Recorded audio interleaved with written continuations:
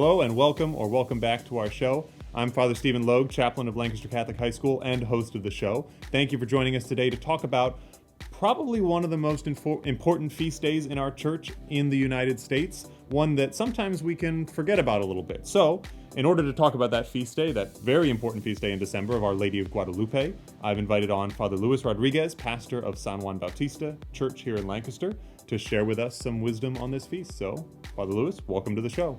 Well, Father, thank you for being on our show. Welcome. And thank you, Father Lowe. Absolutely. So first and foremost, could you just give us a brief rundown, maybe for people who don't remember the whole story? What happened with Our Lady of Guadalupe? Sure. In 1531, that is the year, a gentleman who was a mestizo person mixed with Spanish and native of the Mexican people, he encountered the Blessed Virgin Mary, person to person. And he said he was on his way to do something. That detail's not so important right now. He heard birds chirping or crystalline sounds, and he noticed that the air was like crystalline colors. And then he approached it when he encountered this beautiful damsel, this wonderful young woman. He said that even her voice sounded like crystals, but it was beautiful and melodic.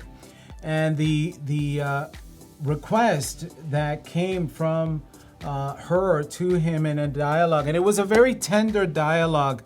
The words that they used, my little one, and he, being a very simple person, he chose to use the same words that she was using towards him, and began to say, my little one as well, my beloved one, to her. He was not immediately sure who he was talking to, but then as time went on, she introduced her. So I wish to assure you that I am the Blessed Mother, and I want you to tell the authorities that I want a shrine built here.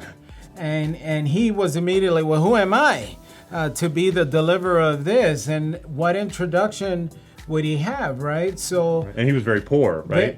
Poor, simple person, but very active in his community, as teacher in the faith as well. And for years after the events, he would do so consistently to teach all the pilgrims that arrived what he saw, who he heard, what she had requested. Well, there was a subsequent meeting because he did attempt to do what she had said, but again, on the second visit, he was demanded proof. Give me proof. The bishop, right? The bishop demanded proof. Well, anybody could show up telling us a story like yours. Yeah. Why don't you bring us some proof? Understandable. Well, and he conveyed that to Our Lady, and of course, the day that was all supposed to happen, she, Juan Diego, tried to avoid the little hill called Tepeyac. So this was occurring around the little hill called Tepeyac, which is still there in the location. He tried to go around the hill to avoid the place where they had been meeting. You imagine that, running away from the Blessed Mother, right? So, kind of like Jonah. Yeah, right. Running away from God. Running away from God. And it was because his uncle was very ill, and he was running into town to get one of the priests to give him the rites, the sacrament of the sick. That's a better excuse than Jonah's. Yeah, yes. For sure. So he had a legit reason. Right. So, and she appeared to him right on the road and said, where are you going? We have a meeting. He said, no, I can't talk to you right now. Imagine saying that, I can't talk to you right now. He explained what the matter was, and there is the famous words from the apparition, which it sinks into the heart of the Catholic, but the Christian. Am I not your mother? Ask me. and your uncle will be fine. Go do what I tell you. Yeah. As it turned out, his uncle was perfectly fine. He was healed at that moment. In the delivery of it all, then she finally made the appointment, the third apparition, for the proof. Right. So now let's keep in mind, this is occurring in winter, which the vegetation and all is being affected just like it would be here. Right now, it's cold. We're recording this on, what is it today? November the 31st? December the 1st. December the 1st. It's already December the 1st. Right. She said, there you will have the proof you need. Well, he approached the place, and it was up on the hill, and he again saw the crystalline colors and the chiming of the music and sounds, and when he approached, he saw this bush of Castilian roses, which are not native to the land. They're not supposed to be growing at that time. And so he's wearing also the other matter, right? So because the miracle occurs on his vestment. So he's wearing a tilma, which is something that is woven out of a plant that grows native there. And we'll get into some of the insights into the tilma in an extended episode. But for now, he gathered the roses up into his tilma, it's very important, right? Oh, so okay. he goes up and gathers the roses in the tilma, and he went to the bishop with this proof. Now, they're roses, okay? So, but he was very simple man. The account, the official account is that when he walked in, he sort of tripped in, and he didn't do this elegant, and here's your proof, your majesty, big reveal. No, it was simply, oops, as he fell, and this is part of the miracle, the image of Our Lady was becoming apparent as the roses fell simultaneously, as if the roses were painting the image on. Wow. So the outcome was that they all saw it occur in their presence, and that is why it was immediately, That's approved. amazing. And I didn't realize that the image appeared as it unveiled. Because that would have been so much more proof than just, here, look at this image that I might have painted or who knows what. No, it was. Well, one of the interesting things, and just for the naysayers immediately, no one painted the image. There is no brushstroke on it. By all the studies, the image floats on top of the fiber of the plant. And the other thing is that they've tried to repeat this by having actual painters paint on tilma made of the plant fibers, and they put him up in the original basilica, and they had him there for years. They disintegrated over the years. This is 1531, and today, right? So you're talking coming up on 500 years 500 years old, that it is not disintegrated. Wow. It's still there. And then all the studies upon the image of the image. There was a subsequent attempt of bombing it and burning it by enemies of the apparition. Of course, I would hope that everyone would go to visit this. Now, the United States and Canada and Central America and South America are the Americas. The Pope declared Our Lady of Guadalupe the patroness of the entire Western Hemisphere.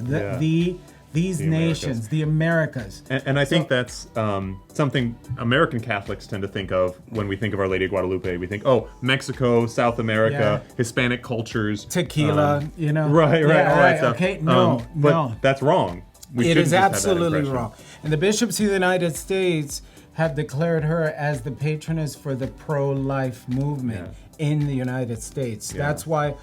So the image, she is a pregnant woman. The flower, the cincture that she's wearing just under her breasts are above a pregnant belly. You can see the pregnant woman. There is also the highlight of the local floral and fauna on her vestment that the flower that grows there was right over the place where the incarnation takes place. The fact that she is in humble prayer, hands together and head bowed. Her hair is showing a little, reminding us she's a maiden, so she's young, very young. But she is covered as well, so that in the culture is that she belongs to someone as well. So all of these things are important. Then the backdrop of the entire the image coming out is the sun, right? All the rays. These rays that you see, because the Aztecs and the Mayans worship the god sun, and so then the moon. They're not horns, everybody. Okay, they're not horns.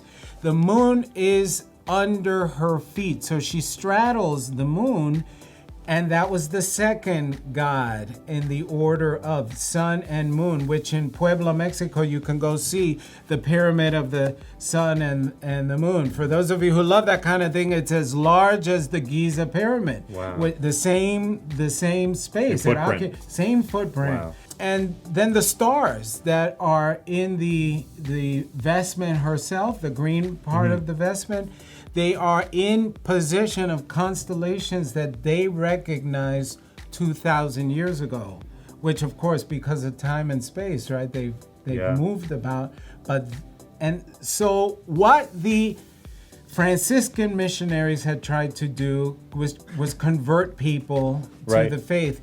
Did not accomplish that very well early on. Of course, there was all the ethnic problems, right? And thinking them less. Clash of cultures.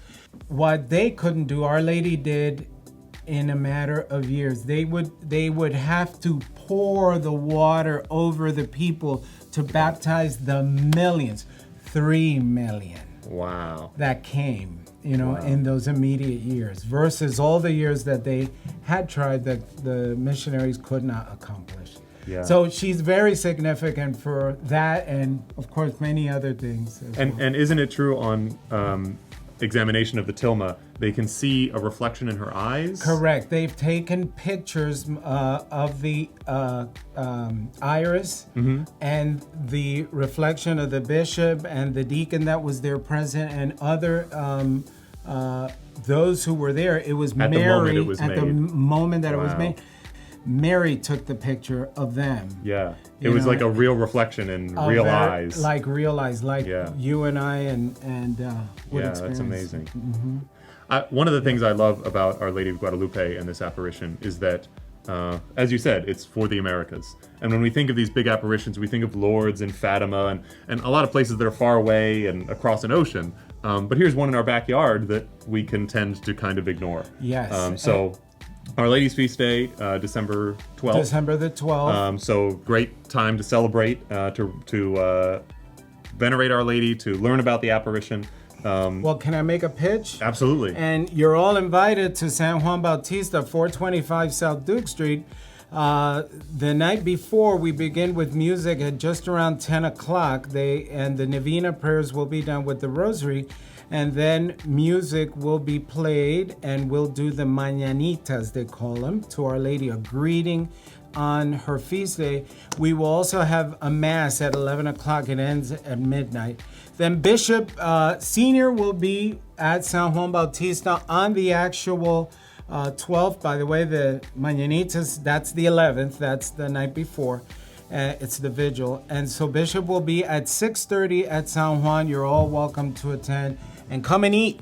There's always food. There's always food. Well, thank you so much for being on. And hopefully someday Americans of all ethnic backgrounds will celebrate Our Lady with that same fervor. Go down to Mexico. Visit it. It is a wonderful pilgrim site and the most visited shrine in the world. Yeah. Awesome. Well, thank you so much for being on. Thank you. Thank you for tuning in and watching. Hopefully you learned something about Our Lady. Our Lady of Guadalupe, pray for us, and God bless.